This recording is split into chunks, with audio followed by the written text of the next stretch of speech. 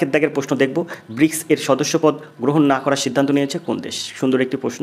ব্রিক্সের সদস্যপদ গ্রহণ না করার সিদ্ধান্ত নিয়েছে কোন দেশ? তো আমি এখানে অপশান দেখছি ইথিওপিয়া, সৌদি আরব, আর্জেন্টিনা, মিশর। তো খুব ভালো অপশানগুলো দেওয়া আছে। এখন কে এর মধ্যে সিদ্ধান্ত গ্রহণ করেনি আমরা উত্তর অবশ্যই বলবো। তবে তার আগে এই ব্রিক্স সম্পর্কে আপনাকে দুটো কথা বলে রাখি। যখন শুরু হয়েছিল 2009 সালে এটা শুরু হয়েছিল। ব্রিক্স, BRICS, ব্রিক্স, এটা কিন্তু 2009 সালে শুরু হয়েছিল। এখন যখন শুরু হয়েছিল তখন কিন্তু এই পর্যন্ত ছিল। কোন পর্যন্ত? এই ব্রিক পর্যন্ত, BRIC পর্যন্ত ছিল। এইগুলো কিন্তু মূল দেশ, অর্থাৎ প্রধান দেশ। এই দেশগুলো কিন্তু এই সম্মেলনটা করেছিল।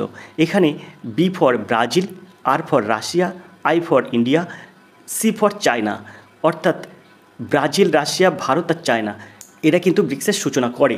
সেই সালটা ছিল কিন্তু 2009 সাল। এখন 2010 সালে এসে যখন 2010 সাল পড়ে তখন এই BRIC এর পাশে একটা S যোগ হয়, তখন হয়ে যায় কিন্তু ব্রিক্স। তখন সেটা ছিল 2010 সাল। 2010 সাল। আশা করি আপনারা বুঝতে পেরেছেন। এই যে এসটা যোগ হয়েছে, আমরা এত সময় জানলাম ব্রাজিল, রাশিয়া, ভারত আর চায়না। এখানে কিন্তু এস যখন যোগ হয়েছে তখন এটাকে বলা হবে সাউথ আফ্রিকা। সাউথ আফ্রিকা কিন্তু 2010 সালে যুক্ত হয়। তো সেখান থেকে মূল দেশ হিসেবে এই 5টা দেশের নাম কিন্তু চলে আসে। এখন প্রথম যখন সম্মেলন শুরু হয়েছিল তখন শুরু হয়েছিল কিন্তু রাশিয়ায়। ব্রিকের শীর্ষ সম্মেলন হয়েছিল কিন্তু রাশিয়ায় 2009 সালে। তখন কিন্তু অন্তর্ভুক্ত দেশ ছিল এই 4টি, BRIC। এটা ছিল 2009 সালে প্রথম সম্মেলন হয়। এরপর 2019 11তম সম্মেলন, 2019-এ 11তম সম্মেলন, সেটা হয় কোথায়? ব্রাজিল। 2020 12তম সম্মেলন, সেটা হয় কোথায়? রাশিয়া। 2021 13তম সম্মেলন, সেটা হয় কোথায়? সেটা হয় কিন্তু ভারতে। 2021 গেল। 2022, যখন 2022 তখন হয় 14তম। এটা হয় কোথায়? 14তম সম্মেলন হয় কিন্তু 2022-এর 14তম সম্মেলন হয় কিন্তু চীনে। 2023 সেটা কিন্তু হয় 15তম সম্মেলন, সেটা হয় কোথায়? দক্ষিণ আফ্রিকা। তো এবার আসি আপনার প্রশ্নে এখানে বলা হয়েছে ব্রিক্সের সদস্যপদ গ্রহণ না করার সিদ্ধান্ত নিয়েছে কোন দেশ? তো এখানে যেগুলো আছে ইথিওপিয়া, সৌদি আরব, মিশর, এরা দেখুন এই মিশর, ইথিওপিয়া, সৌদি আরব এরা কিন্তু গ্রহণ করেছে। আর গ্রহণ করেনি সেটা হচ্ছে আর্জেন্টিনা। এখানে আপনাদের পরিষ্কার উত্তরটা করিয়ে দিচ্ছি। দেখুন আর্জেন্টিনা কিন্তু এই পদ গ্রহণ করেনি। আর্জেন্টিনাকে কিন্তু আমন্ত্রণ করা হয়েছিল যে সদস্যপদ গ্রহণ করার জন্য, কিন্তু আর্জেন্টিনার নতুন প্রেসিডেন্ট জাভিয়ার মিলেই, আমি এখানে বানানটা আপনাদের লিখে দিচ্ছি, দেখুন জাভিয়ের মিলেই, ইনি কিন্তু শেষ মুহূর্তে এই ব্রিক্সের সদস্যপদ গ্রহণ করার থেকে প্রত্যাখ্যান করেছে। আশা করি আপনারা বুঝতে পেরেছেন। তো এর সঠিক উত্তর হবে কিন্তু আর্জেন্টিনা। আমরা চলে যাব 2 দাগের এই প্রশ্ন আছে রানীপুর ব্যাঘ্র সংরক্ষণ কেন্দ্রটি ভারতের কোন রাজ্যে অবস্থিত? এখানে আছে মধ্যপ্রদেশ, এখানে আছে উত্তরপ্রদেশ, এখানে আছে মহারাষ্ট্র, এখানে আছে কর্ণাটক। তো এর সঠিক উত্তর হবে কিন্তু উত্তরপ্রদেশের বুন্দেলখণ্ড অঞ্চলের প্রথম ব্যাঘ্র সংরক্ষণ কিন্তু এই রানীপুর ব্যাঘ্র সংরক্ষণ। তো উত্তরপ্রদেশে কিন্তু এটা অবস্থিত বুন্দেলখণ্ড অঞ্চলে। তো আশা করি আপনারা বুঝতে পেরেছেন, এটি কিন্তু প্রথম ব্যাঘ্র সংরক্ষণ উত্তরপ্রদেশ, রানীপুর ব্যাঘ্র সংরক্ষণ বুন্দেলখণ্ড অঞ্চলে অবস্থিত। আর এটা কিন্তু 529.36 বর্গ কিলোমিটার নিয়ে কিন্তু এই ব্যাঘ্র সংরক্ষণ কেন্দ্রটি কিন্তু অবস্থিত। আশা করি আপনারা বুঝতে পেরেছেন। আর সহ্যাদ্রি ব্যাঘ্র প্রকল্প সেটা কিন্তু মহারাষ্ট্রে অবস্থিত, সহ্যাদ্রি। আশা করি আপনারা বুঝতে পেরেছেন। আমরা 3 দাগের প্রশ্নে চলে যাব। 2026 সালে কমনওয়েলথ গেমস এর আসর বসবে কোথায়? কমনওয়েলথ গেমসের আসর বসবে কোথায়? Victoria, Mexico, Paris, Canada. এবার এখানে একটা কথা আছে, আপনারা 2026 সালে কমনওয়েলথ গেমস বসবে, দেশের নাম জানেন ধরেন, কিন্তু দেশের নাম কিন্তু এখানে বলিনি। আমরা সবাই জানি 2026 সালে কমনওয়েলথ গেমস আসর বসবে কিন্তু অস্ট্রেলিয়ায়, এটা আমরা জানি। কিন্তু অস্ট্রেলিয়ার অস্ট্রেলিয়ার কোথায় বসবে সেটা, অস্ট্রেলিয়ার কোথায় বসবে এখানে যেগুলো আছে তার মধ্যে আমরা জানবো কী করে অস্ট্রেলিয়ার কোথায় বসবে। তো অস্ট্রেলিয়ার একটা জায়গার নাম আছে, সেখানে হচ্ছে সেই জায়গাটার নাম হচ্ছে ভিক্টোরিয়া। এই ভিক্টোরিয়ায় কিন্তু এই কমনওয়েলথ গেমসের আসর বসবে 2026 সালে। এর দাগ হবে সঠিক উত্তর। আশা করি আপনারা বুঝতে পেরেছেন। এই কমনওয়েলথ গেমস এটি কিন্তু অলিম্পিক গেমসের পরে সবচেয়ে বড় ক্রীড়া অনুষ্ঠান হচ্ছে কমনওয়েলথ গেমস। দ্বিতীয় বৃহত্তম ক্রীড়া অনুষ্ঠান হচ্ছে কমনওয়েলথ গেমস। তো এই কমনওয়েলথ গেমস শুরু হয় 1930 সালে। 1930 সালে কোথায়? কানাডায়। 1930 সালে কানাডায় শুরু হয়। কানাডার কোথায়? কানাডার হ্যামিল্টনে। 1930 সালে কানাডার হ্যামিল্টনে কিন্তু 1930 সালে প্রথম কমনওয়েলথ গেমস শুরু হয়। দ্বিতীয় কমনওয়েলথ গেমস হয় কিন্তু 1934 সালে। 1934 সালে এটা কিন্তু দ্বিতীয় কমনওয়েলথ গেমস। দ্বিতীয় কমনওয়েলথ গেমস হয় 1934 সালে। সেটা কোথায় হয়? সেটা হয় কিন্তু আপনার লন্ডন। আর এই লন্ডনে 1934 সালে হওয়া কমনওয়েলথ গেমসে কিন্তু প্রথমবার অংশগ্রহণ করে ভারত। এটা কিন্তু আমার বলা ছিল। কমনওয়েলথ গেমস এটা কিন্তু প্রতি 4 বছর অন্তর হয়। তো এখানে 1934 সালে যে কমনওয়েলথ গেমসটা হয়েছিল দ্বিতীয়বার, তখন কিন্তু ভারত প্রথমবারের মতন এই কমনওয়েলথ গেমসে যোগদান করে। আশা করি আপনারা বুঝতে পেরেছেন। এখন যদি আমরা বলি 2026 সালে ভিক্টোরিয়ায় হবে, এটা ঠিক আছে। তাহলে 2026-এর আগে কত? 22-এ কোথায় হয়েছিল? 2018 কোথায় হয়েছিল জানবো এবার আমরা। 2018 সালে হয়েছিল কিন্তু 2018 সালে হয়েছিল কমনওয়েলথ গেমস অস্ট্রেলিয়ার গোল্ড কোস্টে। অস্ট্রেলিয়ার কিন্তু গোল্ড কোস্টে হয়েছিল। অস্ট্রেলিয়ার গোল্ড কোস্টে হয়েছিল 2018 সালে। 2018 সালে অস্ট্রেলিয়ার গোল্ড কোস্টে হয়েছিল। আর 2026-এ 2018 পরে 2022 সালে কোথায় হয়েছিল? এখানে আমি লিখে দিচ্ছি 2022 সালে কোথায় হয়েছিল। 2022-এ কোথায় হয়েছিল? তো এখানে আমি লিখে দিচ্ছি 2022 সালে কোথায় হয়েছিল। ইংল্যান্ডের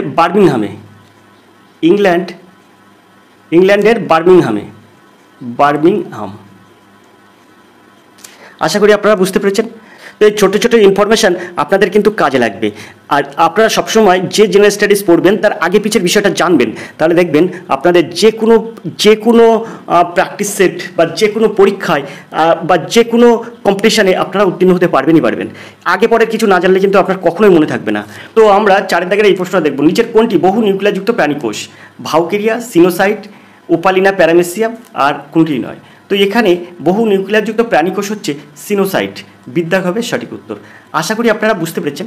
আমরা চলে যাব পরের প্রশ্নে। এখানে 5 দাগের প্রশ্ন আছে, দেখুন। কোনটির সবথেকে ইলেকট্রন এফিনিটি বেশি? Chlorine, fluorine, caesium, osmium. তো এখানে 5 দাগের সঠিক উত্তর কী হবে? তো এখানে ইলেকট্রন এফিনিটি বেশি কার? তো এখানে এর সঠিক উত্তর হবে কিন্তু এই ক্লোরিনের সবচেয়ে বেশি। আশা করি আপনারা বুঝতে পেরেছেন। আমরা চলে যাবো 5 দাগের এই প্রশ্নে। প্রশ্ন আছে গিটেগা কোন দেশের রাজধানী? মরক্কো, ইথিওপিয়া, বুরুন্ডি আর উগান্ডা। তো 6 দাগের সঠিক উত্তর কী হবে? তো এখানে গিটেগা হচ্ছে বুরুন্ডির রাজধানী হচ্ছে গিটেগা। সিদ্ধাক হবে সঠিক উত্তর। এখন বুরুন্ডির কিন্তু অন্য একটা রাজধানীও আছে, কিন্তু গিটেগা হচ্ছে বুরুন্ডির রাজধানী। বুরুন্ডির অন্য একটি রাজধানীর নাম কিন্তু বুজুম্বুরা। এটাও কিন্তু হয়। গিতেগা মধ্য আফ্রিকার রাষ্ট্র বুরুন্ডির রাজধানী নগরী। এটি বুরুন্ডির দ্বিতীয় বৃহত্তম নগরী, যা দেশটির কেন্দ্রভাগে বুরুন্ডির কেন্দ্রীয় মালভূমিতে অবস্থিত। এটি দেশটির প্রাক্তন রাজধানী ও বৃহত্তম নগরী বুজুম্বুরার প্রায় 62 কিলোমিটার পূর্বে অবস্থিত। শহরটি 1966 সালে বুরুন্ডি রাজ্যের অবলুপ্তির আগ পর্যন্ত রাজ্যটির রাজধানী ছিল। আশা করি বিষয়টা আপনারা বুঝতে পেরেছেন কেন এর দুটো রাজধানী। তো এবার আমরা চলে যাব 7 দাগের এই প্রশ্নে। প্রশ্ন আছে ইসরায়েলের মুদ্রার নাম কি? এখানে আছে শেকেল, কিয়াত, রুবেল আর দিনার। তো এখানে ইসরায়েলের মুদ্রার নাম কি? তো ইসরায়েলের মুদ্রার নাম হচ্ছে শেকেল। এর দাগ হবে সঠিক উত্তর। তো আমরা ইসরায়েলের মুদ্রা জানলাম শেকেল। এখন এখানে আছে কিয়াত, রুবেল, দিনার। তাহলে এগুলো আমরা একটু জেনে নিই। কিয়াত কোন দেশের মুদ্রা? রুবেল কোন দেশের মুদ্রা? দিনার কোন দেশের মুদ্রা? কিয়াত হচ্ছে মিয়ানমারের মুদ্রার নাম হচ্ছে কিয়াত। আর রুবেল এটি কোন দেশের মুদ্রা? বেলারুশের মুদ্রার নাম হচ্ছে রুবেল। দিনার তো আপনারা সবাই জানেন দিনার কোন দেশের মুদ্রা। লিবিয়া, আলজেরিয়া, ইরাক, তারপরে সার্বিয়া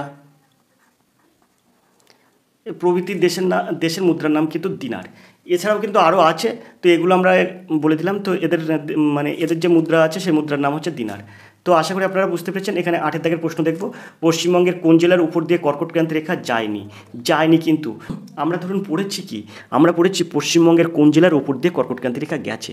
এটা কিন্তু আমাদের মুখের মধ্যে আছে যে কোন কোন জেলার উপর দিয়ে আমাদের পশ্চিমবঙ্গের কোন জেলার উপর দিয়ে কর্কটক্রান্তি রেখা গেছে, এটা কিন্তু আমাদের মুখের মধ্যে আছে এবং আমাদের ব্রেনে আছে।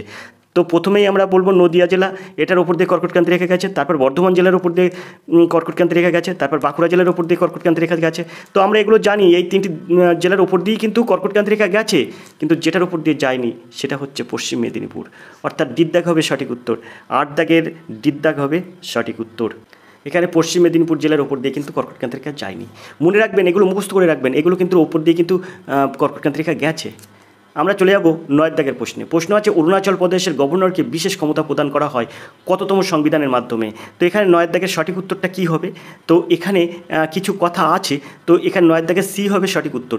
এটা নিয়ে কিন্তু আমি বিস্তারিত একটা ক্লাস আলোচনা করে রেখেছি অন্য একটা ক্লাসে। তো আপনারা চাইলে সেখান থেকে দেখে নেবেন। আর যদি কমেন্ট করেন অবশ্যই ডেসক্রিপশন বক্সে দিয়ে দেবো, কিন্তু যদি না কমেন্ট করেন তার ডেসক্রিপশন বক্সে দেওয়ার দরকার নেই, আপনি সেখান থেকে দেখে নেবেন। তো 9 দাগের সঠিক উত্তর হবে কিন্তু সিদ্ধাগ। আর এই যে গভর্নর কি ক্ষমতা, মানে রাজ্যের কি ক্ষমতা, রাজ্য গভর্নরের কি সম্পর্ক, এটা কিন্তু মোস্ট ইম্পর্টেন্ট একটা বিষয়। সংবিধানের এতে কার কি আছে, কার পাওয়ার কতটা, এটা কিন্তু আলোচনার বিষয়। এবং এই আলোচনা আপনি যত শুনবেন তত কিন্তু আপনার কি হবে সংবিধান সম্পর্কে আপনি একটু জানতে পারবেন। তো এখানে শুধু প্রশ্নের উত্তরটাই করলাম এটুকুই থাক, না করবেন না বন্ধু, এরকম করবেন না। আপনারা সত্যি যদি চাকরি পেতে চান তাহলে আগে পিছের বিষয়টা আপনারা জানবেন, এবং সেটাই আপনার মুখ্য উদ্দেশ্য হবে যে আগে পিছের বিষয়টা জানবো, তারপরে যে প্রশ্নের উত্তর করব। ঠিক আছে? তো যদি চান তাহলে অবশ্যই ডেসক্রিপশন বক্সে দিয়ে দেবো, তো দেখে নেবেন। তো আমরা চলে যাবো 10 দাগের এই প্রশ্নে। প্রশ্ন আছে মিসলস কি ঘটিত রোগ। এই মিসলস কথাটার বাংলা অর্থ হচ্ছে হামটা কি ঘটিত রোগ? এখানে আছে ভাইরাস, ছত্রাক, প্রোটোজোয়া, ব্যাকটেরিয়া। তো এই যে 10 দাগের সঠিক উত্তরটা কী হবে? তো হাম সবসময় কিন্তু ভাইরাস ঘটিত রোগ। কি ভাইরাস? হাম ভাইরাস ঘটিত রোগ। ছত্রাক, প্রোটোজোয়া, ব্যাকটেরিয়া এসব ঘটিত কিছু রোগ আছে, কিন্তু ছত্রাক, প্রোটোজোয়া এবং ব্যাকটেরিয়া ঘটিত রোগও আছে। তো এখানে মিসলসের বাংলা কথা হচ্ছে হাম, এটা কিন্তু ভাইরাস ঘটিত রোগ। আর এই ভাইরাসটার নাম কি? এই যে ভাইরাস, এটা মিসলস হচ্ছে হাম বাংলা কথা, তো ভাইরাসটার নাম কি? তো মানে ভাইরাসটার নাম হচ্ছে মিসলস ভাইরাস। আশা করি আপনারা বুঝতে পেরেছেন। সাথে সাথে পোলিও, মামপাস, তারপরে আপনার এইডস, তারপরে আপনার এই যে কোভিড, এসব কিন্তু ভাইরাস ঘটিত রোগ। এগুলো আপনারা জেনে রাখুন। এবং বিস্তারিত একটা ক্লাস আমার চ্যানেলে করানো আছে। আপনারা আমি ডেসক্রিপশন বক্সে যদি আপনারা কমেন্ট করেন অবশ্যই আমরা কি করব, অবশ্যই আপনাদের একটা পিডিএফ আমি সেন্ড করব যদি আপনারা কমেন্ট করেন। এই যে বিভিন্ন রোগ, মানে ভাইরাস ঘটিত রোগ, প্রোটোজোয়া ঘটিত রোগ, ছত্রাক ঘটিত রোগ, ব্যাকটেরিয়া ঘটিত রোগ, এইসব রোগগুলোর যে আছে সেগুলোর কিন্তু একটা লিস্ট আমার কাছে আছে। তো আপনারা চাইলে পিডিএফ আকারে আমি দিতে পারি। তো যদি আপনারা সেটা বিষয়ে কথা বলতে চান, সেটা বা অন্যান্য বিষয়ে কথা বলতে চান, বা এরকম যদি আপনি চান, তাহলে কিছু সাজেশন আমার থেকে দরকার পড়বে আপনাদের। তাই আপনারা যোগাযোগ করতে পারেন এই নম্বরে। নাম্বারটি হলো 85 309 82 506, 85 309 82 506। তো এই নাম্বারে আপনি ফোন করবেন, কথা বলবেন, অবশ্যই আপনি আমাদের থেকে হেল্প পাবেন। তো এই যে নাম্বারটা দিলাম, এই নাম্বারে আপনি সবসময় ফোন করবেন না, করবেন হচ্ছে রাত 10টা থেকে 11টা, এর মধ্যে কিন্তু আপনি ফোন করবেন, রাত 10টা থেকে 11টা। তো এবার আমরা মিসলস ভাইরাস সম্পর্কে জেনে নিলাম। প্রোটোজোয়া, ব্যাকটেরিয়া এসবগুলো কিন্তু আছে, কিন্তু বলতে গেলে না আরও বেশি বড় হয়ে যাবে। তো আমরা চলে যাব পরের প্রশ্নে। পরের প্রশ্ন দেখব কী আছে। এখানে 11 দাগের প্রশ্ন দেখব। 11 দাগের প্রশ্ন আছে কবে ভারতে লোক আদালতের সূত্রপাত হয়? 1985, 1982, 1980, 1979। তো এই যে লোক আদালত, এটার কিন্তু সূত্রপাত হয় 1982 সালে। বিদ্যাগ হবে সঠিক উত্তর। আশা করি আপনারা বুঝতে পেরেছেন। 11 দাগের সঠিক উত্তর হবে কিন্তু বিদ্যাগ। এখন যদি আমরা দেখি এই লোক আদালতটা কী, তা লোক আদালত হলো আইনি পরিষেবা কর্তৃপক্ষ সংস্থা, যেটি কিন্তু 1987 এর অধীনে একটি সংবিধিবদ্ধ সংস্থা এবং আদালতের বাইরে বিরোধ নিষ্পত্তি ব্যবস্থা হিসাবে তৈরি করা হয়েছিল। তো আশা করি আপনারা বুঝতে পেরেছেন। তো এর সঠিক উত্তর হবে কিন্তু 1982 সালে। আমরা চলে যাব 12 দাগের এই প্রশ্নে। প্রশ্ন আছে, এবছর ওয়ার্ল্ড সাস্টেনেবল ডেভেলপমেন্ট সামিট কোথায় হয়েছে? এখানে আছে নয়াদিল্লি, হায়দ্রাবাদ, কর্ণাটক আর মুম্বাই। তো এখানে 12 দাগের সঠিক উত্তর কী হবে? তো অবশ্যই এটার সঠিক উত্তর হবে কিন্তু নয়াদিল্লি। এটা কিন্তু অনেকবার আমি ক্লাসে আলোচনা করেছি, অনেক প্র্যাকটিস সেটে কিন্তু আলোচনা করেছি। তো 12 দাগের সঠিক উত্তর হবে কিন্তু এর দাগ। আমরা চলে যাবো 13 দাগের প্রশ্নে। প্রশ্ন আছে, এক্সারসাইজ আয়ুথার কোন কোন দেশের মধ্যে আয়োজিত হয়েছে? এখানে আছে ভারত, থাইল্যান্ড, ভারত, মার্কিন যুক্তরাষ্ট্র, ভুটান, নেপাল আর ভারত, নেপাল। তো এখানে 13 দাগের সঠিক উত্তর হবে কিন্তু ভারত আর থাইল্যান্ডের মধ্যে। এটা এর দাগ হবে সঠিক উত্তর। আমরা 14 দাগের প্রশ্নে যাব। কৌশল এই মহাজনপদটি এখন কোথায় অবস্থিত? ভরতপুর, ফৈজাবাদ, পাটনা, বারাণসী। তো এখানে এই কৌশল এই মহাজনপদ কোথায় অবস্থিত? তো আমরা একটু জেনে নেবো এগুলো, তারপরে আমরা উত্তরটা জানবো। কৌশলের রাজধানী ছিল কিন্তু শ্রাবস্তী। আর কৌশলের বর্তমান অবস্থান কিন্তু পূর্ব উত্তরপ্রদেশের। বিম্বিসার হর্ষাঙ্ক বংশের প্রতিষ্ঠাতা ছিলেন এবং তিনি কৌশলের রাজকন্যা কৌশলা দেবীকে বিয়ে করেন এবং কৌশলের সাথে বৈবাহিক জোট গঠন করেছিলেন। এখানে মোট 16টি মহাজনপদ ছিল, অর্থাৎ প্রাচীন ভারতে 16টি বড় রাজ্য ছিল এবং কৌশল মহাজনপদের অন্যতম। তো অবশ্যই আপনারা জানলেন কৌশল এটা হচ্ছে পূর্ব উত্তরপ্রদেশ। তো এখানে এর সঠিক উত্তর হবে কি? উত্তরপ্রদেশের এই যে ফৈজাবাদ, বিদ্যাগ হবে সঠিক উত্তর। কৌশলী মহাজনপদটি এখন কোথায় অবস্থিত? ফৈজাবাদে অবস্থিত। আশা করি আপনারা বুঝতে পেরেছেন। 15 দাগের প্রশ্ন কী আছে দেখব। চালকোলিথিক যুগের প্রধান ফসল কি? এখানে কিন্তু প্রশ্নটা দেখুন, চালকোলিথিক যুগের প্রধান ফসল কি? বার্লি, গম, জোয়ার, ধান। তো এটা সবাই আশা করি যারা কম্পিটিটিভ পরীক্ষায় বসতে চলেছেন তারা কিন্তু এই চালকোলিথিক যুগের প্রধান যে ফসল সেটা সম্বন্ধে আপনারা জানেন। তো এটা আমি বলছি এর সঠিক উত্তর হবে কিন্তু বার্লি। এর দাগ হবে সঠিক উত্তর। চালকোলিথিক যুগের প্রধান ফসল হচ্ছে বার্লি। এর দাগ হবে সঠিক উত্তর। আমরা নেক্সট প্রশ্ন দেখব, অর্থাৎ 16 দাগের প্রশ্ন দেখব। এবার তার জন্য কী করবো, প্রশ্নটা একটু উপরের দিকে তুলব। 16 দাগের যে প্রশ্নটা আছে, কাকে মৈথিলী কবি কোকিল বলা হতো? এখানে আছে জয়দেব, কৃষ্ণদেব রায়, বিদ্যাপতি আর উমাপতি ধর। মৈথিলী কবি কোকিল বলা হতো কাকে? তো এখানে 16 দাগের সঠিক উত্তর তাহলে কী হবে? তো এখানে মৈথিলী কবি কোকিল বলা হতো কিন্তু বিদ্যাপতিকে। সিদ্ধাক হবে সঠিক উত্তর, সিদ্ধাক। আমরা 17 দাগের প্রশ্নে চলে যাব। বহুমুখী ও সর্বজনীন দ্রাবক কোনটি? জল, কয়লা, অ্যালকোহল আর হীরক। তো সর্বজনীন দ্রাবক কাকে বলা হয়? এই যে কটা প্রশ্ন আমি আলোচনা করছি, যারা কিন্তু বিভিন্ন কম্পিটিটিভ পরীক্ষায় বসছেন, এসবগুলো কিন্তু আপনাদের জানা বোঝার দরকার আছে এবং আপনারা জানেন, এটাই আমি মনে করি। কিন্তু যদি আপনারা না জানেন তাহলে বারবার করে প্র্যাকটিস করুন, কারণ এইসব প্রশ্ন কিন্তু ইম্পর্টেন্ট প্রশ্ন।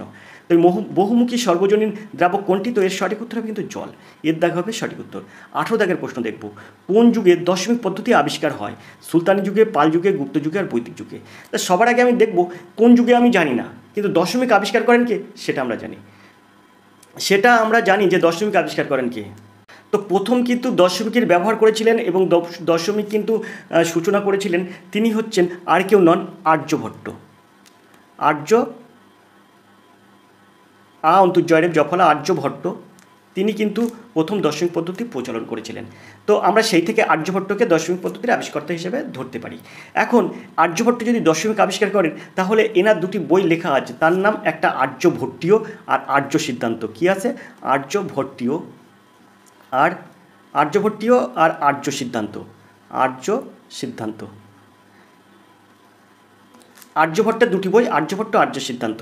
তো এই দুটো বই কোন সময় লেখা আছে এইবার সেটা কিন্তু আপনি অবশ্যই জানেন। যখন আর্যভট্টর নাম আসবে আর তার বই কোন সময় ছিল সেটাও যখন আসবে তখন আপনি কিন্তু পরিচিত থাকবেন যে এটি কোন সময়ের কথা বলা হচ্ছে।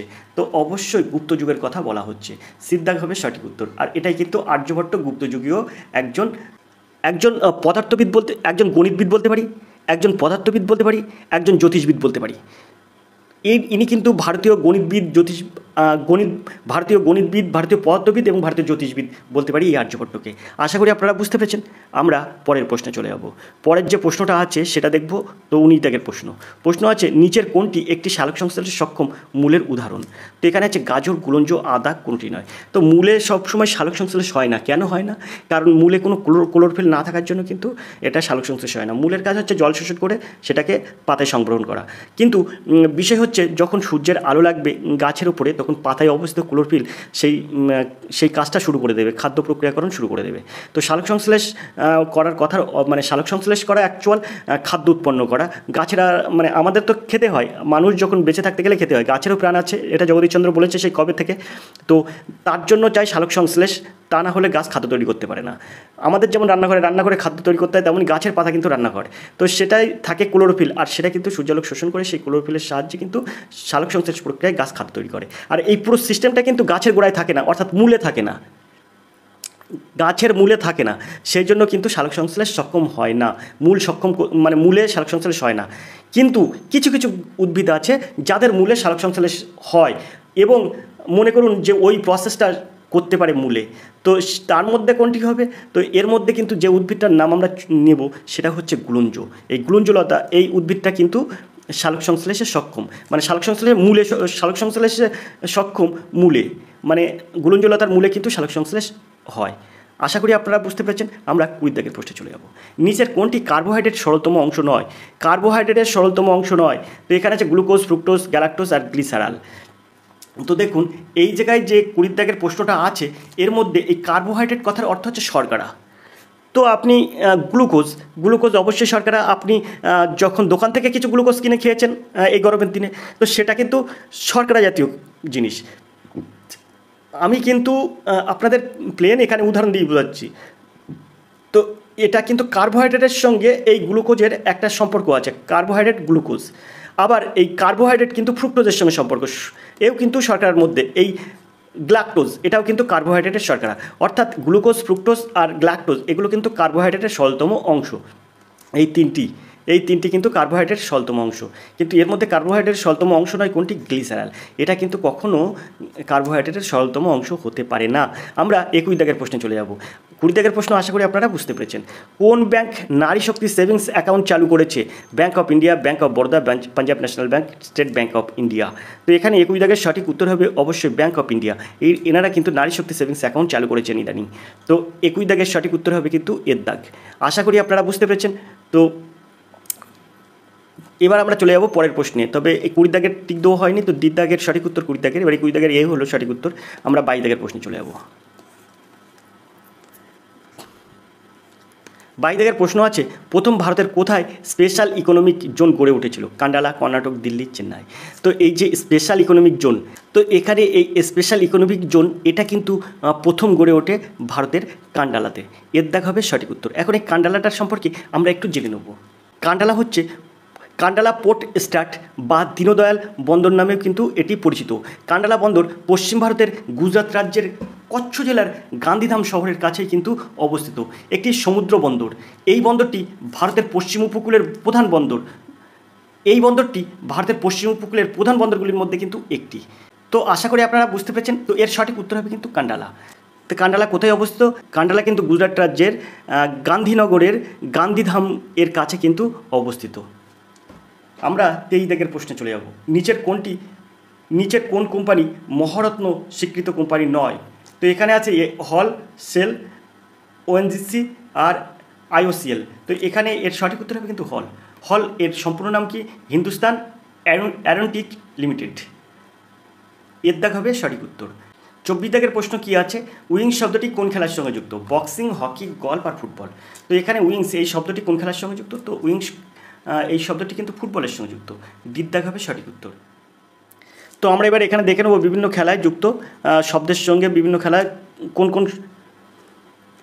তো আমরা এবার এখানে দেখে নেব বিভিন্ন খেলায় যুক্ত বিভিন্ন শব্দ। এখানে আছে খেলার নাম ফুটবল, ফুটবলের সঙ্গে কী কী যুক্ত আছে দেখুন, কী কী শব্দ যুক্ত আছে। এখানে আছে sweeper, wings, direct free kick, তারপরে আছে throw in, goal kick, penalty kick, tie breaker, তারপরে আছে sudden death, golden goal, corner kick, foul, centre forward, injury time, hat trick, yellow card, the red card, tackle, marking, dribbling, heading, গোলকিপিং, offside. এইগুলো কিন্তু ফুটবলের সঙ্গে যুক্ত। আপনার কিন্তু প্রশ্নে বলা হয়েছে উইংস কোন খেলার সাথে যুক্ত। তো দেখুন এখানে আছে কিন্তু উইংস। এই উইংসটা কিন্তু এই ফুটবলের সাথে যুক্ত। আমরা কাবাডি খেলায় কোন শব্দগুলো যুক্ত দেখুন সে দেখব। Sitting block, lobby, baulk line, bonus line, দম বা কান্ট, বোনাস লাইন, দম বা cant, raid, raider, antiraider, struggle, bonus point, losing the cant, super tackle, all out লোনা। তারপরে খোখো খেলার সময় কোনগুলো যুক্ত দেখুন, chaser, runner, to give kho, foul, গোল্ডার line, out of limits, entry, diving. তারপরে আছে ডজিং, লেট, থ্রো, তারপর রানিং, আর্লি গেট অফ, তারপর lobby free zone, pole, changing direction, এগুলো কিন্তু খোখো খেলার সাথে যুক্ত। তারপরে দেখুন এখানে খোখোর পরে ক্রিকেটে কোনগুলো যুক্ত, তো এখানে ক্রিকেটে যুক্ত আছে কিন্তু pitch, wicket, bowling, popping crease, boundary, over boundary, leg bye, run, no ball, wide ball, তারপর maiden over, dive, umpire, spinner, slip, googly, slimmer, mid off, sport dive, straight drive, fine leg, run rate, cover drive, gully point, chinaman, glide on বিডার্স, sweep off break, square leg, এসবগুলো কিন্তু ক্রিকেটের সঙ্গে যুক্ত। এবার দাবার সঙ্গে কী কী যুক্ত, বিশপ, ক্যাসলিং, তারপরে ক্যাপসার, এইভাবে কিন্তু এগুলো আপনারা দেখে নেবেন। যদি আপনাদের মনে হয় যে এটার পিডিএফ দরকার, তাহলে আমাকে অবশ্যই ফোনে কথা বলবেন, এবং মানে যদি পিডিএফ সংক্রান্ত বা অন্যান্য বিষয় সংক্রান্ত আপনাদের চাওয়ার হয়, তাহলে অবশ্যই আপনারা কমেন্ট করবেন, এবং এই ক্লাসের যে নাম্বারটা দেওয়া হলো সেটা থেকে সেই নাম্বারে আপনি ফোন করবেন, তাহলে এর পিডিএফ লিস্টটা আপনাকে দেওয়া হবে। তো চলুন দেখে নিই আমরা পরের প্রশ্ন কী আছে। এখানে এটা কিন্তু প্রথম পেজ, এখনও আরেকটা পেজও আছে, তো পেজেও কিন্তু অনেক খেলা আছে। এই খেলাগুলোর সব কোন খেলার কোন শব্দের সঙ্গে যুক্ত, সব কিন্তু কোন খেলায় কোন শব্দ যুক্ত আছে সেগুলো কিন্তু আমরা এখানে কিন্তু আমাদের একটা পিডিএফ করা আছে। তো চলুন আমরা পরের প্রশ্ন কী আছে দেখি। তাহলে এখানে আমাদের বলছে উইংস শব্দটি কোন খেলার সঙ্গে যুক্ত। তো উইংস এই শব্দটি কিন্তু এই যে উইংস হচ্ছে ফুটবলের সঙ্গে যুক্ত। এর ডিপ দাগ হবে সঠিক উত্তর। আমরা 25 দাগের প্রশ্ন দেখব। ভাগোরিয়া এই উৎসবটি ভারতের কোন রাজ্যের জনপ্রিয় উৎসব? মধ্যপ্রদেশ, বিহার, ছত্তিশগড়, অসম।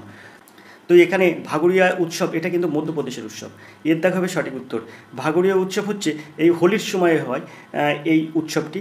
তো ভাগোরিয়া উৎসবের একটা মানে ঐতিহ্য বা বৈশিষ্ট্য সেটা হচ্ছে মানে প্রাপ্তবয়স্ক ছেলে মেয়েদের এতে কী করে মানে তাদেরকে একটা ফ্রি মাইন্ডে ঘুরতে দেওয়া হয়।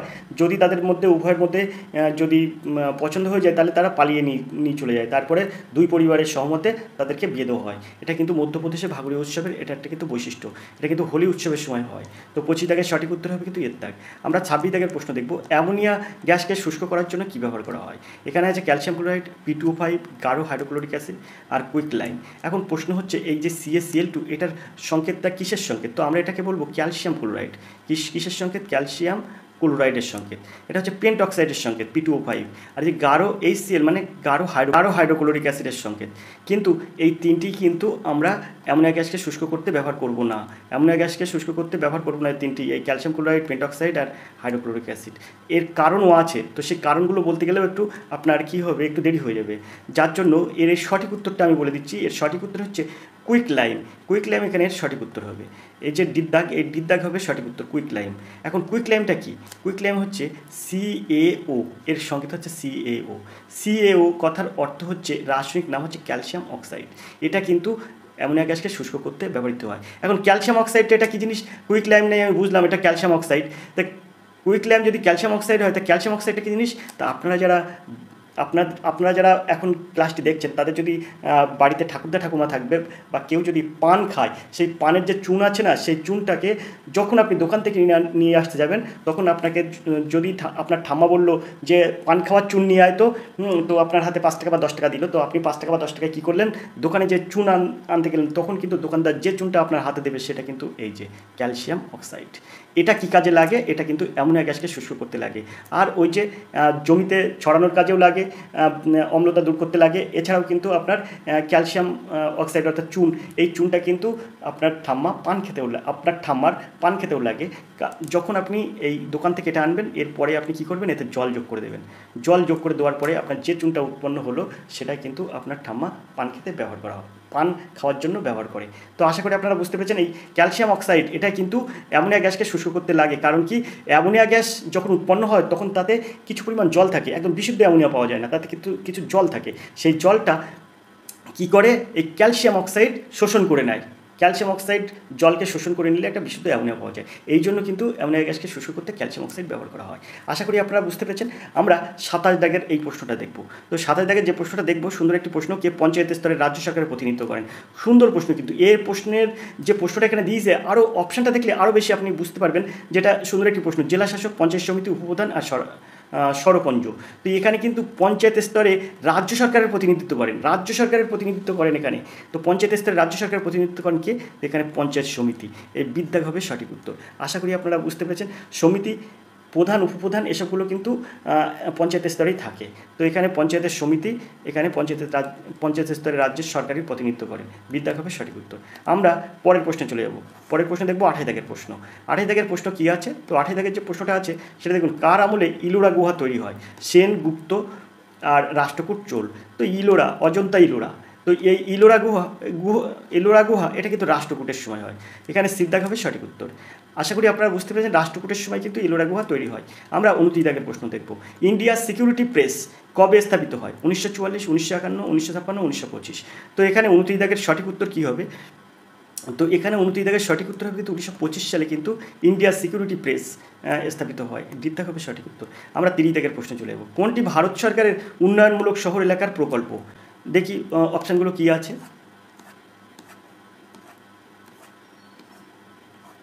ও, এখানে প্রশ্নটা কিন্তু বলেছে প্রকল্প নয়, প্রকল্প নয়। এখানে প্রশ্ন, যে প্রশ্নটা এখানে করেছে দেখুন, এই যে এই 30 দাগের যে প্রশ্ন করেছে সেটা দেখুন, এখানে কোনটি ভারত সরকারের উন্নয়নমূলক শহর এলাকার প্রকল্প ওয়েবসাইটে নয়। কোনটি ভারত সরকারের উন্নয়নমূলক শহর এলাকার প্রকল্প নয়? উন্নয়নমূলক শহর এলাকার প্রকল্প নয়। তো এর মধ্যে কোনটি এর সঠিক উত্তর? তো এখানে আছে, এখানে যে অপশানগুলো আছে এর মধ্যে কোনটি এর সঠিক উত্তর? তো এর সঠিক উত্তর হবে কিন্তু আপনার এই যে দেখতে পাচ্ছেন সিদ্ধাগ, এই সিদ্ধাগ হবে সঠিক উত্তর, ডিপিএফি। তো আমরা এখন জানবো এই ডিপিএফিটা কী জিনিস। তো ডিপিএফি হলো ক্রবণ শ্রবণ এলাকা কর্মসূচি। 1973 থেকে 74 সালে কেন্দ্রীয় সরকার কর্তৃক প্রবর্তিত সর্বপ্রথম এলাকা উন্নয়ন কর্মসূচি, যা সেই ভঙ্গুর এলাকাগুলির মুখোমুখি বিশেষ সমস্যাগুলির মোকাবেলা করার জন্য, যেগুলি ক্রমাগত গুরুতর খরা পরিস্থিতি দ্বারা প্রভাবিত হয়। তো ডিপিএফি তো জানলাম, এবার এখানে NULM নুলম। তো এটার মানে এটা আমরা এটা সম্পর্কে জানবো। জাতীয় নগর জীবিকা মিশন। এটার অর্থ হচ্ছে, এই NULM এটা হচ্ছে জাতীয় নগর জীবিকা মিশন। তো আশা করি আপনারা বুঝতে পেরেছেন। 31 দাগের প্রশ্ন দেখব, কে রাজ্য প্ল্যানিং বোর্ডের সভাপতি নির্বাচন করেন? মুখ্যমন্ত্রী, অধ্যক্ষ, রাজ্যপাল আর রাষ্ট্রপতি। তো এখানে 31 দাগের সঠিক উত্তর হবে কিন্তু এর দাগ, মুখ্যমন্ত্রী। এর দাগ হবে সঠিক উত্তর। আমরা চলে যাবো 32 দাগের প্রশ্নে। নিচের কোন জায়গায় সিংকুনা চাষের জন্য বিখ্যাত? তো মংপু, খেত্রিক, কোরাপুট আর চিরুগোড়া। তো এখানে এই সিংকুনা চাষের উপযুক্ত স্থান হচ্ছে মংপু। এর দাগ হবে সঠিক উত্তর। এই মংপুটা কোথায় অবস্থিত? এটা হচ্ছে দার্জিলিং জেলায় অবস্থিত। তো মংপু এবং মুনসং এটা হচ্ছে কালিম্পং থেকে 20 কিলোমিটার দূরে একটি ছোট্ট গ্রাম। গ্রামটি 5000 ফুট উচ্চতায় অবস্থিত একটি ছোট্ট মনোরম গ্রাম, এবং মুনসং সিনকোনা বাগানের সদর দপ্তর। এই গ্রামটি ভারতের পশ্চিমবঙ্গ রাজ্যের দার্জিলিং জেলায় অবস্থিত। তো আশা করি আপনারা বুঝতে পেরেছেন। তো এটি কিন্তু দার্জিলিং জেলায় অবস্থিত। আর এখানে সিংকুনা গাছের চাষ হয়, মানে সিংকুনা থেকে কিন্তু ম্যালেরিয়া রোগের ঔষধ কুইনাইন পাওয়া যায়। তো সিংকুনা গাছ থেকে কিন্তু ম্যালেরিয়া রোগের ওষুধ কুইনাইন পাওয়া যায়। আর এটা কিন্তু চাষ হয় কিন্তু মংপুতে। আশা করি আপনারা বুঝতে পেরেছেন। আমরা চলে যাবো 33 দাগের প্রশ্নে। মনীষ নারওয়াল কোন খেলার সঙ্গে যুক্ত? রেসলিং, শুটিং, গল্ফ আর পোলো। তো এখানে মনীষ নারওয়াল, এই মনীষ নারওয়ালটা কে? মনীষ নারওয়াল, এনার জন্ম কিন্তু 7 অক্টোবর 2001-এ। একজন ভারতীয় প্যারা পিস্তল শুটার। ওয়ার্ল্ড শুটিং প্যারা স্পোর্টস র্যাঙ্কিং অনুযায়ী পুরুষদের 10 মিটার এয়ার পিস্তলে তিনি কিন্তু বিশ্বের 4র্থ স্থানে রয়েছে। তাহলে এখানে আপনার সঠিক উত্তর কী হবে? তো এই মনীষ নারওয়াল ইনি কিন্তু শুটিংয়ের সাথে যুক্ত। বিদ্যাগ হবে সঠিক উত্তর। 33 দাগের সঠিক উত্তর হবে বিদ্যাগ। তো আমরা এবার দেখবো 34 দাগের প্রশ্ন। তবে 34 দাগের প্রশ্নটা দেখার আগে প্রশ্নটি একটু উপরের দিকে তুলব। 34 দাগের যে প্রশ্নটা আছে সেটা হচ্ছে, কলঙ্ক নাটকটির রচয়িতাকে? ঋত্বিক ঘটক, অমৃতলাল বসু, বিজন ভট্টাচার্য আর উৎপল দত্ত। তো এখানে এই কলঙ্ক, এই নাটকটির রচয়িতা হচ্ছে বিজন ভট্টাচার্য। সিদ্ধাগ হবে সঠিক উত্তর। বিজন ভট্টাচার্য এই কলঙ্ক নাটকটির রচয়িতা। 1946 সালে বিজন ভট্টাচার্য গণনাট্য সংঘ থেকে পদত্যাগ করেন এবং 1950 সালে গড়ে তোলেন ক্যালকাটা থিয়েটার। রচিত হয় মরা চাঁদ, কলঙ্ক, জোয়ান কন্যা, গর্ভবতী জননী, অবরোধ, দেবী গর্জন ইত্যাদির মতো নাটক। কলঙ্ক নামক একাঙ্ক নাটকটি বাঁকুড়ার প্রত্যন্ত অঞ্চলের আদিবাসী সাঁওতালদের আশা নিরাশা তাড়িত জীবনের পটভূমিতে রচিত। তো আশা করি আপনারা বুঝতে পারছেন। তো এই কলঙ্ক এই নাটকটি কিন্তু বিজন ভট্টাচার্যের লেখা। আমরা 35 দাগের প্রশ্ন দেখব। লেডি রতন টাটা ট্রফি কোন খেলার সঙ্গে যুক্ত? এখানে আছে হকি, গল্ফ, ব্যাডমিন্টন আর পোলো। তো 35 দাগের সঠিক উত্তর কী হবে? তো 35 দাগের সঠিক উত্তর হবে কিন্তু লেডি রতন টাটা ট্রফি, এটা কিন্তু হকির সাথে যুক্ত। লেডি রতন টাটা ট্রফি এটা হকির সাথে যুক্ত, এর দেখা হবে সঠিক উত্তর। এছাড়াও মানে এই প্রশ্নর উত্তর বলতে যেয়ে আমার একটা কথা মনে পড়লো, এই যে বিভিন্ন খেলায় বিভিন্ন রকম ট্রফি, এটা কিন্তু মাস্ট আপনারা পড়ে যাবেন। কারণ বিভিন্ন খেলায় বিভিন্ন যে শব্দগুলো আছে সেটা পড়বেন, বিভিন্ন খেলার সাথে বিভিন্ন ট্রফি আপনারা পড়বেন। লেডি রতন ট্রফি কিন্তু এখানে হকির সঙ্গে যুক্ত। অন্যান্য গল্ফ খেলার সঙ্গে কোন ট্রফি যুক্ত, ব্যাডমিন্টনের সঙ্গে কোন ট্রফি যুক্ত, পোলোর সঙ্গে কোন ট্রফি যুক্ত, সব কিন্তু আমরা একটি ক্লাসে আলোচনা করেছি। আপনারা চাইলে সেই ভিডিওটা আপনারা দেখতে পারেন। বোম্বে গোল্ড কাপ এটাও কিন্তু হকির সাথে যুক্ত। হকির সাথে আরও যুক্ত হচ্ছে অন্যান্য ট্রফিগুলো হলো আগা খান কাপ, তারপরে বেইটন কাপ, তারপরে হচ্ছে আপনার ধ্যানচাঁদ ট্রফি, তারপরে লেডি রতন টাটা ট্রফিতে আমি বললাম। আর তাছাড়াও কিন্তু আছে নেহরু ট্রফি, তারপরে আপনার আছে রাধাস্বামী ট্রফি, বিশ্বকাপ, মাস্টার্স চ্যাম্পিয়ন্স ট্রফি, এগুলো সব কিন্তু হকির সাথে যুক্ত। আশা করি আপনারা বুঝতে পেরেছেন। তো হকির সাথে আরও কিছু ট্রফির আমরা নাম বলে দিলাম। হকি খেলার সাথে যুক্ত আরও ট্রফির নাম কিন্তু আমরা একটু বলে দিলাম। 36 দাগের প্রশ্ন দেখব। বিশ্ব নিউমোনিয়া দিবস কবে পালিত হয়? 20 অক্টোবর, 24 ডিসেম্বর, 20 আগস্ট, 12 নভেম্বর। তো এখানে এর সঠিক উত্তর কী হবে? তো সঠিক উত্তর হবে অবশ্যই 12 নভেম্বর কিন্তু বিশ্ব নিউমোনিয়া দিবস। 12 নভেম্বর হচ্ছে বিশ্বব্যাপী পালিত হয় বিশ্ব নিউমোনিয়া দিবস। এটির লক্ষ্য হলো এই সত্যটি তুলে ধরা যে নিউমোনিয়া প্রাপ্তবয়স্ক এবং শিশুদের জন্য বিশ্বের শীর্ষস্থানীয় ঘাতক। 2019 সালে 6,72,000 শিশুসহ 2.5 মিলিয়ন জীবনের দাবি করেছে। 2009 সালে এই দিবসটি প্রথম পালিত হয়, ফার্স্ট পালিত হয় কিন্তু 2009 সালে। আশা করি আপনারা বুঝতে পেরেছেন। নিউমোনিয়া দিবস 2009 সালে প্রথম পালিত হয় 12 নভেম্বরে। সে 12 নভেম্বর কিন্তু তো সেখান থেকে কিন্তু 12 নভেম্বর নিউমোনিয়া দিবস পালন করা হয়। 37 দাগের প্রশ্ন দেখব। আরব লীগ এর সদর দপ্তর কোথায় অবস্থিত? Cairo, Manila, Geneva, Jakarta. তো এখানে 37 দাগের সঠিক উত্তর কী হবে? তো অবশ্যই আরব লীগ এটা কিন্তু কায়রোতে অবস্থিত, এর দাগ হবে সঠিক উত্তর। 1945 সালে 22 মার্চ এই আরব লীগ কিন্তু গঠিত হয়। আর এই কায়রোটা কোথায় অবস্থিত? তো এটা কিন্তু মিশরের রাজধানী কায়রোতেই কিন্তু এর সদর দপ্তর। আশা করি আপনারা বুঝতে পেরেছেন। আরব লীগের সদর দপ্তর হচ্ছে কায়রো, মিশরের রাজধানী। তো আমরা এবার 38 দাগের প্রশ্ন দেখব। তবে 38 দাগের প্রশ্নটা দেখার আগে প্রশ্নটা একটু উপরের দিকে তুলব।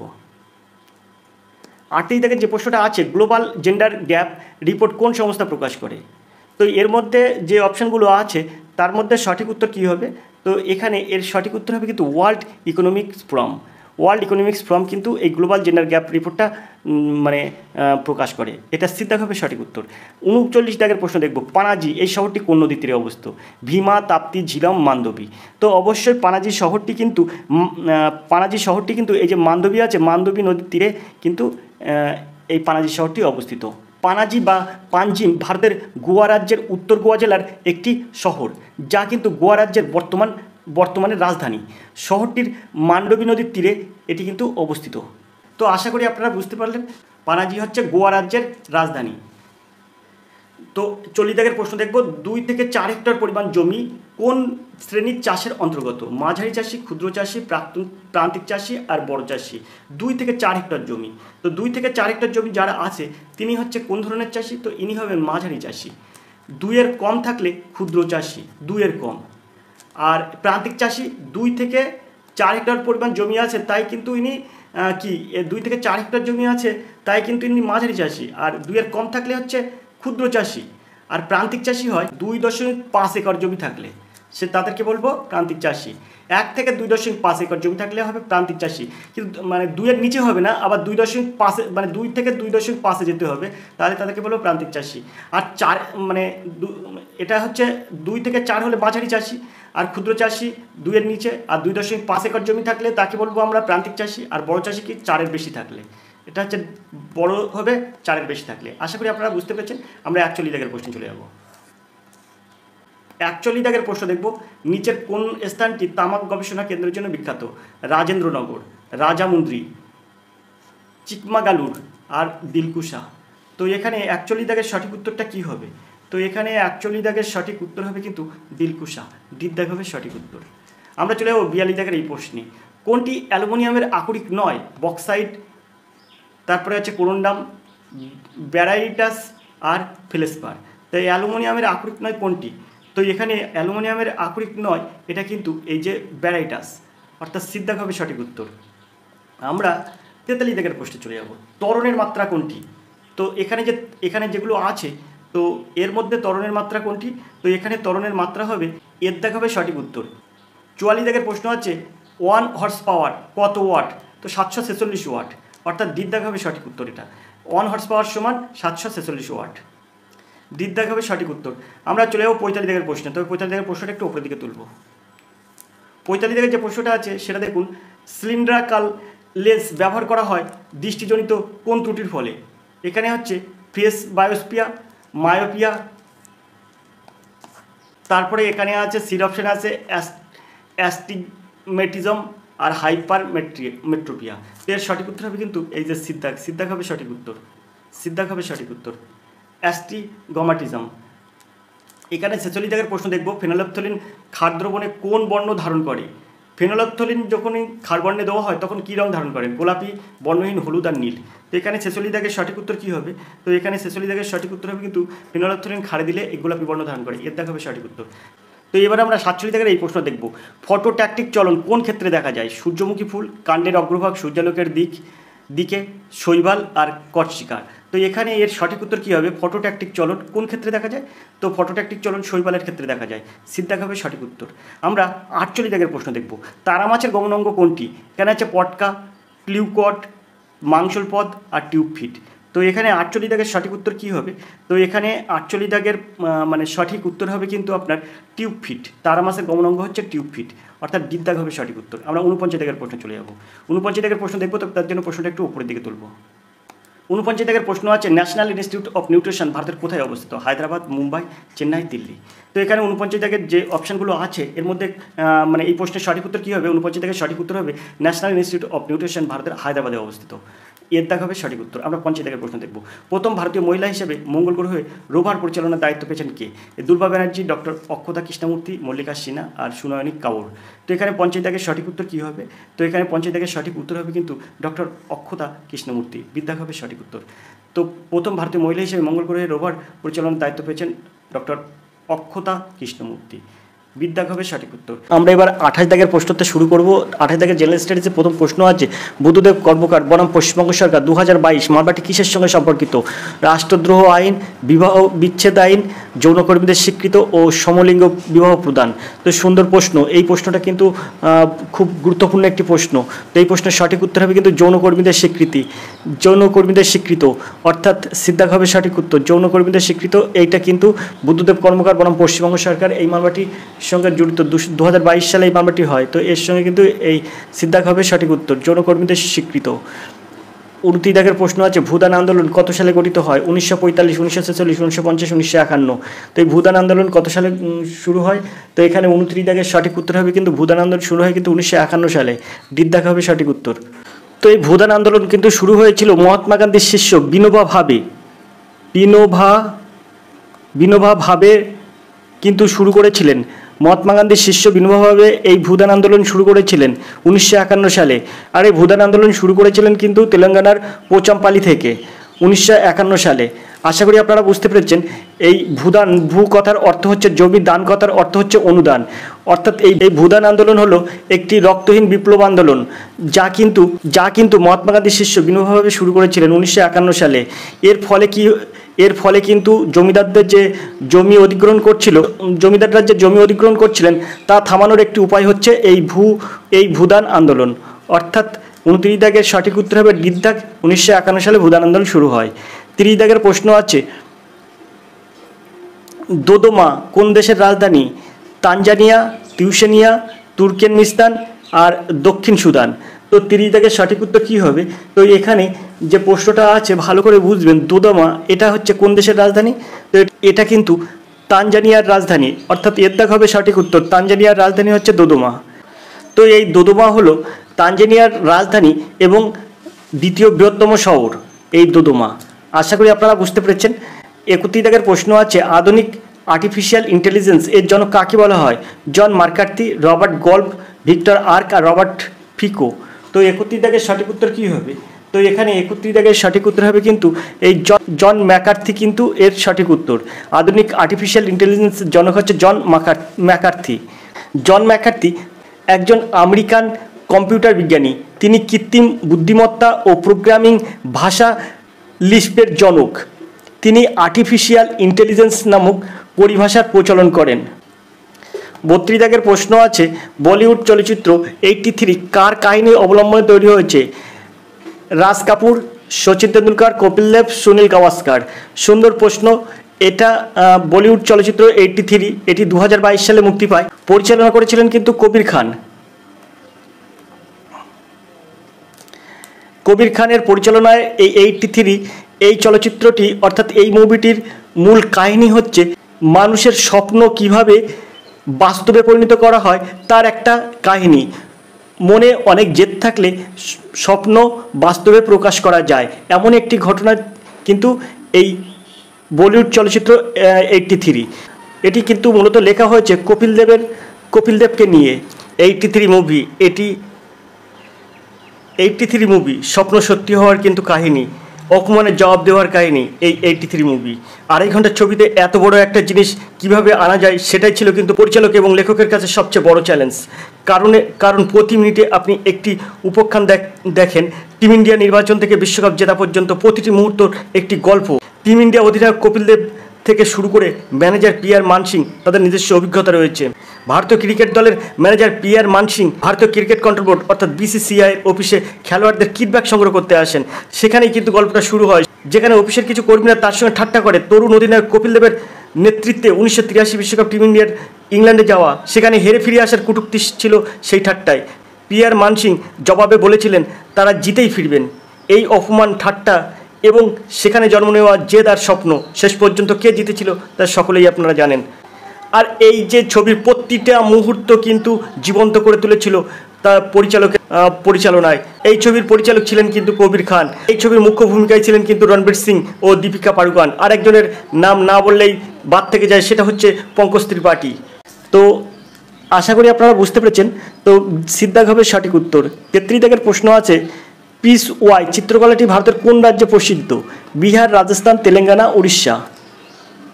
তো পিস ওয়াই এই চিত্রকলাটি ভারতের কোন রাজ্যের প্রসিদ্ধ? তো এর সঠিক উত্তর হবে কিন্তু রাজস্থানের এই পিস ওয়াই চিত্রকলাটি হচ্ছে রাজস্থানের। তো কাপড়ের ওপরে কিন্তু নকশা তৈরি করা, এটাই কিন্তু পিস ওয়াই চিত্রকলা। কাপড়ের ওপর নকশা করা, অর্থাৎ রাজস্থানে এটা কিন্তু প্রসিদ্ধ। রাজস্থানের পিস ওয়াই চিত্রকলার সাথে সাথে অন্যান্য রাজ্যের আরও কিছু চিত্রকলা আপনাদের সামনে তুলে ধরি। প্রথমে আমরা বলে রাখি কালীঘাট পটচিত্র, এটা কিন্তু পশ্চিমবঙ্গের চিত্রকলা। তারপরে পটচিত্র, এটা কিন্তু উড়িষ্যার চিত্রকলা। কলমকারি অন্ধ্রপ্রদেশ ও তেলেঙ্গানার। তারপরে বারুনি, এটা হচ্ছে মহারাষ্ট্রের চিত্রকলা। কলমেজুটু, এটা হচ্ছে কেরালার। মঞ্জুষা চিত্রকলা, এটা বিহারের। পিথোরা চিত্র, এটা হচ্ছে গুজরাটের। রাজপুত পেন্টিং, এটা হচ্ছে রাজস্থানের। থাঞ্জাভুরু পেন্টিং তামিলনাড়ুর। গণ্ডচিত্র মধ্যপ্রদেশ। মহীশূর পেন্টিং কর্ণাটক। চিত্রা, এই পেন্টিংটা হচ্ছে কর্ণাটকের। সৌরচিত্র, এটা উড়িষ্যার। এরকম আরও অনেক চিত্রকলা আছে বিভিন্ন রাজ্যের। তো এবার আমরা 34 দাগের প্রশ্ন দেখব। 34 দাগের প্রশ্ন আছে, ইস্কুল হ্রদটি কোন দেশে অবস্থিত? রাশিয়া, চীন, নেপাল ও কিরগিস্তান। তো এর সঠিক উত্তর হবে ইস্কুল হ্রদটি কিন্তু কিরগিস্তানে অবস্থিত। ডিদ্দাগ হবে সঠিক উত্তর, কিরগিস্তান। ইস্কুল হ্রদ হলো পূর্ব কিরগিস্তানের পশ্চিমাঞ্চলীয় তিয়েনশান পর্বতমালার একটি বদ্ধ লবণাক্ত জলের হ্রদ, যা কাজাখস্তান থেকে কিন্তু কিরগিস্তানকে বিভক্তকারী। তো এটি পৃথিবীর 7ম গভীরতম হ্রদ। আয়তনের দিক থেকে কিন্তু বিশ্বের 10ম বৃহত্তম হ্রদ এবং কাস্পিয়ান সাগরের পর বিশ্বের 2য় বৃহত্তম লবণাক্ত হ্রদ হচ্ছে এই ইস্কুল হ্রদ। কিরগিজ ভাষায় ইস্কুল এই কথার অর্থ হচ্ছে উষ্ণ হ্রদ। উষ্ণ হ্রদ। আশা করি আপনারা বুঝতে পেরেছেন। 35 দাগের প্রশ্ন আছে, চলচ্চিত্র শিল্পী মধুবালার প্রকৃত নাম কি?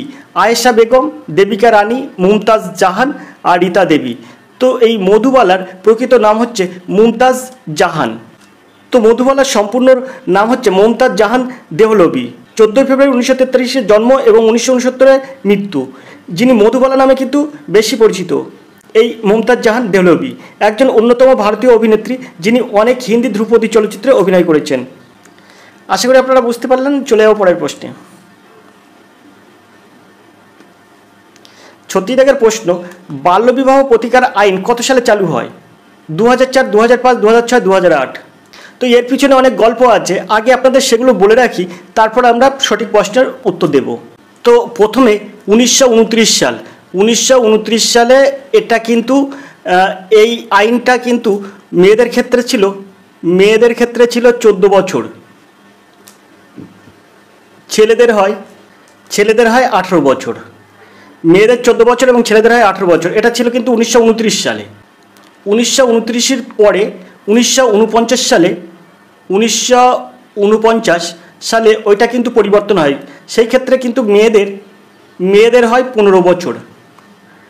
14টা পরিবর্তন করে মেয়েদের ক্ষেত্রে 15 বছর করা হয়, ছেলেদের 18 থাকে। এটা হচ্ছে 1949 সালে। তারপরে আসে 1978 সালে একটা সারদা আইন নামে একটা আইন হয়, যেটি প্রচলন করেছিলেন হরবিলাস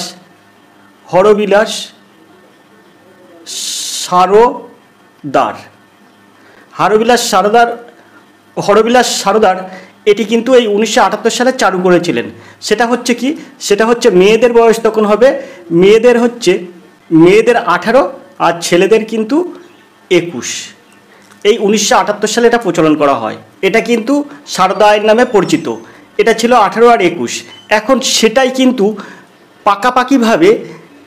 পাকাপাকিভাবে বিলটা পাস করা হয়েছে, সেটা কিন্তু 2006 সালে। এই সারদা আইন অর্থাৎ 18 বছর আর 21 বছর, এটাই কিন্তু পরে বাল্য বিবাহ প্রতিকার আইন 2006 সালে কিন্তু এই বিলটা কিন্তু পাস করা হয়, নাম রাখা হয় বাল্য বিবাহ প্রতিকার আইন 2006 সালে। আশা করি আপনারা বুঝতে পেরেছেন। সাহিত্যিক দাগের প্রশ্ন আছে, দ্য রিলিজিয়ন অফ ম্যান বইটির লেখককে? রবীন্দ্রনাথ ঠাকুর, অরবিন্দ ঘোষ, মধুসূদন দত্ত আর Swami Vivekananda. The religion of man বইটির লেখক হচ্ছেন, এর লেখককে? তো লেখক হচ্ছেন রবীন্দ্রনাথ ঠাকুর। এর দাগ হবে সঠিক উত্তর। এই বইটি দ্য রিলিজিয়ন অফ ম্যান বইটির লেখক হচ্ছে রবীন্দ্রনাথ ঠাকুর। এর দাগ হবে সঠিক উত্তর। 38 দাগের প্রশ্ন আছে, আবা খাটুয়া কোন খেলার সঙ্গে যুক্ত? Athletics, badminton, rugby, kabaddi. তো অবশ্যই এই আবা খাটুয়া ইনি একজন অ্যাথলেটিক্স। কিন্তু অ্যাথলেটিক্সের মধ্যে আবা খাটুয়া কোন খেলার সঙ্গে যুক্ত? সেটা হচ্ছে শর্টপুট খেলা করেন উনি। শর্টপুট খেলায় পারদর্শী আবা খাটুয়া কিন্তু শর্টপুট খেলা করেন। তো অবশ্যই ইনি অ্যাথলেটিক্সের সঙ্গে যুক্ত। তো এই আবা খাটুয়া ইনি কিন্তু এনার কিন্তু পশ্চিমবঙ্গে জন্ম। 7 সেপ্টেম্বর 1995-এ কিন্তু জন্ম এনার পশ্চিমবঙ্গে। আবা খাটুয়া ইনি একজন শর্টপুট খেলোয়াড়। 39 দাগের প্রশ্ন আছে, এবছর টি-20 ক্রিকেট বিশ্বকাপ কোন দুটি দেশে হবে? Australia, New Zealand, Africa, Zimbabwe, Bharat, Sri Lanka, মার্কিন যুক্তরাষ্ট্র, ওয়েস্ট ইন্ডিজ। যে দেশ এই টি-20 বিশ্বকাপের আয়োজন করেছে সেটা হচ্ছে মার্কিন যুক্তরাষ্ট্র আর ওয়েস্ট ইন্ডিজ। ডিদ্দাগ হবে সঠিক উত্তর, মার্কিন যুক্তরাষ্ট্র এবং ওয়েস্ট ইন্ডিজের মধ্যে।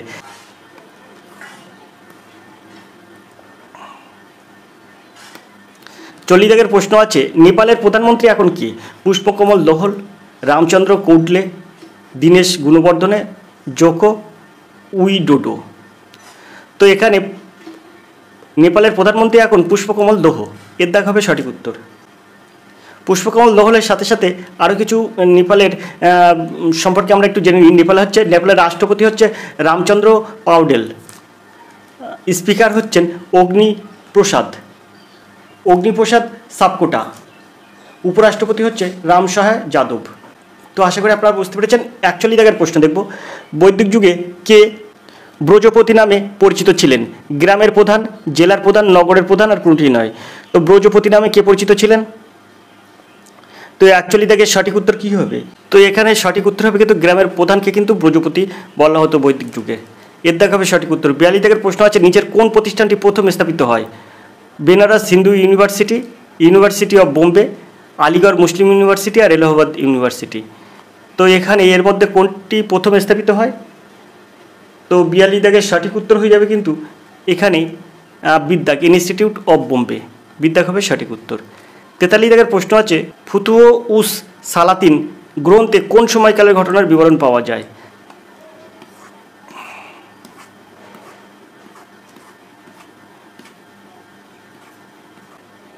এর অপশানে আছে মামুদ থেকে মোহাম্মদ বিন তুগলকের সময় পর্যন্ত, পুরো সুলতান যুগ, ইলতুৎমিশ থেকে ইব্রাহিম লোদি পর্যন্ত শুধুমাত্র সুলতান মাহমুদের সময়কালে।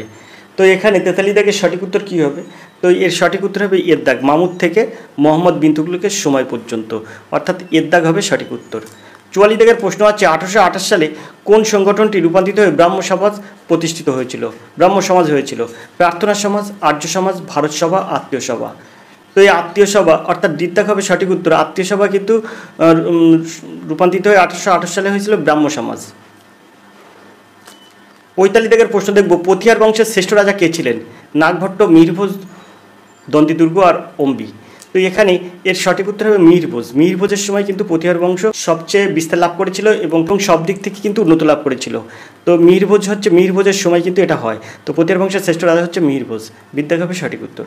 46 দাগের প্রশ্ন আছে অশোক কোন বৌদ্ধ পণ্ডিতের কাছ থেকে বৌদ্ধ ধর্ম দীক্ষা গ্রহণ করেন? অশ্বঘোষ, রাধাগুপ্ত, উপগুপ্ত আর মহাকাশ্যপ। তো সম্রাট অশোক ছিলেন কিন্তু মৌর্য রাজবংশের তৃতীয় রাজা। তার রক্তাক্ত অভিযান এবং কলিঙ্গ জয়ের পর অনুতপ্ত হয়ে অশোক কিন্তু বৌদ্ধ ধর্ম গ্রহণ করেন। তিনি বৌদ্ধ সন্ন্যাসী উপগুপ্তর কাছ থেকে কিন্তু দীক্ষা গ্রহণ করেন। তো এখানে এর সঠিক উত্তর হবে সিদ্ধার্থ, উপগুপ্তর কাছ থেকে দীক্ষা গ্রহণ করেন। অশোক কিন্তু প্রিয়দর্শী নামে পরিচিত ছিলেন। প্রিয়দর্শী অর্থাৎ সুন্দর দেহের মালিক। এছাড়াও তিনি কিন্তু দেবনাম প্রিয় ছিলেন, অর্থাৎ ঈশ্বরের দেব। 47 দাগের প্রশ্ন দেখব, ইংরেজরা কার কাছ থেকে বর্ধমান, মেদিনীপুর ও চট্টগ্রাম জমিদার প্রাপ্ত সত্ত্ব পান? মির্জাফর, মীর কাসেম, সুজাউদ্দৌলা, নিজামুদ্দৌলা। তো এখানে 47 দাগের সঠিক উত্তর কী হবে? তো এখানে 47 দাগের সঠিক উত্তর হবে কিন্তু মীর কাসেমের কাছ থেকে কিন্তু এই সত্তা পান। বিদ্যাগ হবে সঠিক উত্তর। 48 দাগের প্রশ্ন আছে জালিয়ানওয়ালাবাগ গণহত্যার প্রতিবাদে ভাইসরয়ের কার্যনির্বাহী পরিষদের সদস্য পদ থেকে কে পদত্যাগ করেন? মহাত্মা গান্ধী, রবীন্দ্রনাথ ঠাকুর, শঙ্কর নারায়ণ আর চিত্তরঞ্জন দাস। তো এই জালিয়ানওয়ালাবাগ হত্যাকাণ্ডের পর থেকে কিন্তু রবীন্দ্রনাথ ঠাকুর তার নাইট উপাধি ত্যাগ করেন। এটা তো আপনারা সবাই জানেন, রবীন্দ্রনাথ ঠাকুর কিন্তু নাইট উপাধি ত্যাগ করেন। আর এই যে শঙ্কর নায়ার, ইনি কিন্তু এই ভাইসরয়ের কার্যনির্বাহ পরিষদের সদস্য পদ থেকে কিন্তু পদত্যাগ করেন। সিদ্ধাগ হবে সঠিক উত্তর, শঙ্কর নায়ার। 49 দাগের প্রশ্ন আছে গান্ধীজির অসহযোগ আন্দোলন প্রত্যাহারকে জাতীয় বিপর্যয় বলে আখ্যায়িত করেছিলেন কে? জওহরলাল নেহরু, রবীন্দ্রনাথ ঠাকুর, লালা লাজপত রায় আর সুভাষচন্দ্র বসু। তো এখানে 49 দাগের সঠিক উত্তর কী হবে? তো এখানে 49 দাগের সঠিক উত্তর হবে কিন্তু গান্ধীজির অসহযোগ আন্দোলনের প্রত্যাহারকে জাতীয় বিপর্যয় বলে আখ্যায়িত করেছিলেন কিন্তু সুভাষচন্দ্র বসু। দিদ্যাগ হবে সঠিক উত্তর। 50 দাগের প্রশ্ন দেখব, প্রথম কোন ইংরেজ আকবরের দরবারে এসেছিলেন? র্যালফ ফিশ, স্যার টমাস র, ক্যাপ্টেন হকিন্স আর পিটার মান্ডি। তো আকবরের দরবারে কিন্তু ব্যবসা বাণিজ্যের উদ্দেশ্যে এসেছিলেন র্যালফ ফিশ। এর দাগ হবে সঠিক উত্তর। ইনি কিন্তু প্রথম কোন ইংরেজ আকবরের দরবারে এসেছিলেন, র্যালফ ফিশ। এখন থেকে প্রশ্ন আছে ইউনাইটেড নেশনস এর 194 সদস্য দেশ হিসাবে যোগ দিয়েছে কারা? এটা কিন্তু সুন্দর প্রশ্ন। 194তম সদস্য দেশ এই পদে, মানে ইউনাইটেড নেশনস এর 194তম সদস্য হিসাবে কোন দেশ যোগ দিয়েছে? তো এখানে আছে প্যালেস্তাইন, ইসরায়েল, সুদান আর পেরু। তো এখানে 51 দাগের সঠিক উত্তর হয়ে যাবে কিন্তু এই প্যালেস্তাইন কিন্তু এই ইউনাইটেড নেশনে যোগ দিয়েছেন 194তম দেশ হিসাবে। এর দাগ হবে সঠিক উত্তর।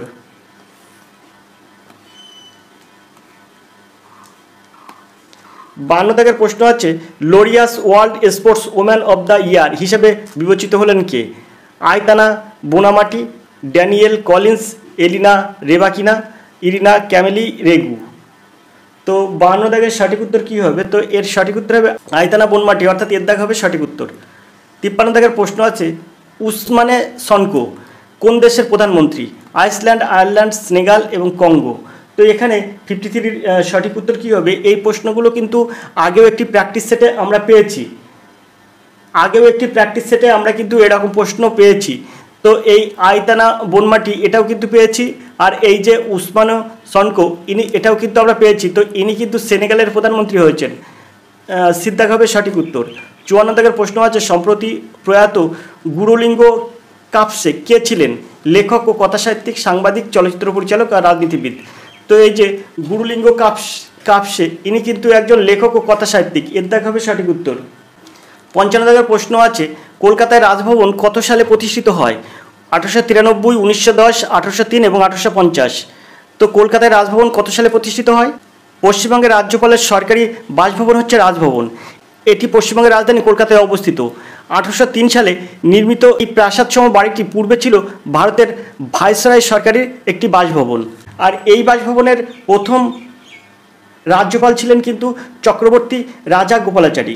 তিনি কিন্তু পশ্চিমবঙ্গের প্রথম রাজ্যপাল। তিনি ছিলেন একজন ভারতীয় রাজনীতিবিদ, আইনজীবী, লেখক, ইতিহাসবিদ এবং কূটনৈতিকবিদ। তাহলে আমরা পেলাম কি কলকাতার রাজভবন কত সালে প্রতিষ্ঠিত হয়? তো এর সঠিক উত্তর হবে 1803 সালে। সিদ্ধাক হবে সঠিক উত্তর। চলে যাবো 56-এর প্রশ্ন। তার জন্য প্রশ্নটা উপরের দিকে তুললাম। 56-এর প্রশ্ন দেখব, ভারত কোন দেশের চাবাহার বন্দরকে 10 বছরের জন্য রক্ষণাবেক্ষণের দায়িত্ব নিল? Israel, Iran, Sri Lanka, Bahrain. তো এখানে 56-এর সঠিক উত্তর কী হবে? তো এর সঠিক উত্তর হবে কিন্তু ইরান। বিদ্যাক হবে সঠিক উত্তর। 57 দাগের প্রশ্ন আছে, ভারতের প্রথম মহিলা নির্বাচন কমিশনারকে? প্রতিমা দেবী, রীনা প্রসাদ, এস.কে. বেদি, ভি.এস. রমা দেবী। তো প্রথম মহিলা নির্বাচন কমিশনার কে? ভারতের প্রথম মহিলা নির্বাচন কমিশনার কে? তো এখানে 57 দাগের সঠিক উত্তর কী হবে? তো এর সঠিক উত্তর হবে কিন্তু ভি.এস. রমা দেবী কিন্তু প্রথম মহিলা নির্বাচন কমিশনার। ভারতের প্রথম মহিলা নির্বাচন কমিশনার হচ্ছে ভি.এস. রমা দেবী। 26শে নভেম্বর 1990 থেকে 11ই ডিসেম্বর 1990 পর্যন্ত কিন্তু এই ভারতের প্রথম মহিলা নির্বাচন কমিশন হচ্ছে ভি.এস. রমা দেবী। আর মীরা কুমার, ইনি ছিলেন প্রথম মহিলা স্পিকার।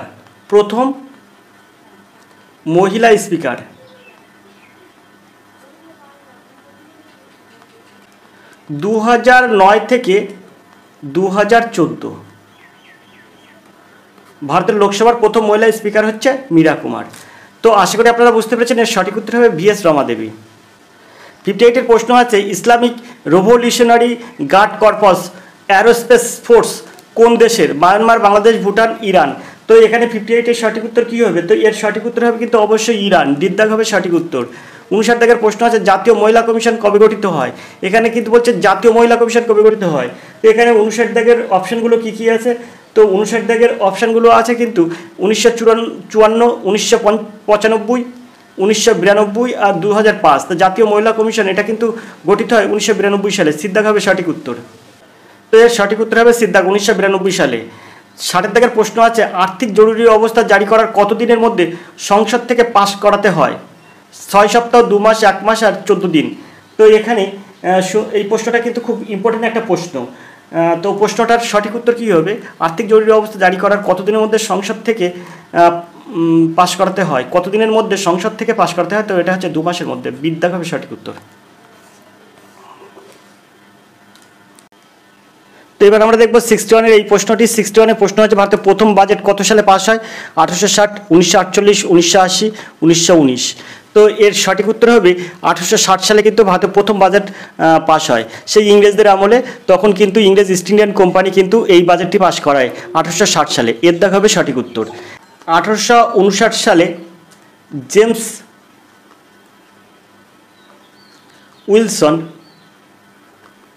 উইলসন, তখনকার অর্থমন্ত্রী জেমস উইলসন, ইনি কিন্তু এই বাজেটটা করেছিলেন এবং সেটি 1860 সালে পাস হয়। তাই এটাই কিন্তু ভারতের প্রথম বাজেট যেটা 1860 সালে পাস হয়। এরপরে যখন 1947 সালে যখন আমরা স্বাধীনতা লাভ করি, তো 1947 সালে 26শে নভেম্বর আর.কে.